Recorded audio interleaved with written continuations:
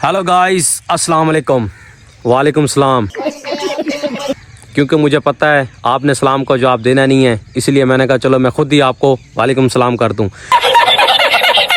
अच्छा गाइस, बात यह है कि मैं इस टाइम मौजूद हूँ जी अपने खेत के अंदर, और साढ़े खेत च जी रात ਨੂੰ ਹੋਈ ਸੀ ਚੰਗੀ ਭਲੀ ਬਾਰਿਸ਼। ਦੁਆ ਕਰ ਸਕਦੇ ਹਾਂ ਕਿ ਯਾ ਅੱਲਾ ਸਾਡੇ ਮੁਲਕ 'ਚ ਰਹਿਮਤ ਫਰਮਾ। ਬਾਕੀ ਤਾਂ ਮੁਲਕ ਦੇ ਹਾਲਾਤ ਦਾ ਤੁਹਾਨੂੰ ਸਾਰਾ ਹੀ ਪਤਾ, ਪੈਟਰੋਲ ਉਤਾਂ ਨੂੰ ਜਾ ਰਿਹਾ, ਥੱਲੇ ਆਉਣ ਦਾ ਨਾਂ ਨਹੀਂ ਲੈ ਰਿਹਾ। ਜੰਗ ਈਰਾਨ 'ਚ ਤੇ ਉਧਰ ਟਰੰਪ ਦੀ ਲੱਗੀ ਪਈ ਆ, ਪਾਕਿਸਤਾਨ 'ਚ ਪੈਟਰੋਲ ਦੀ ਲੱਗੀ ਪਈ ਆ।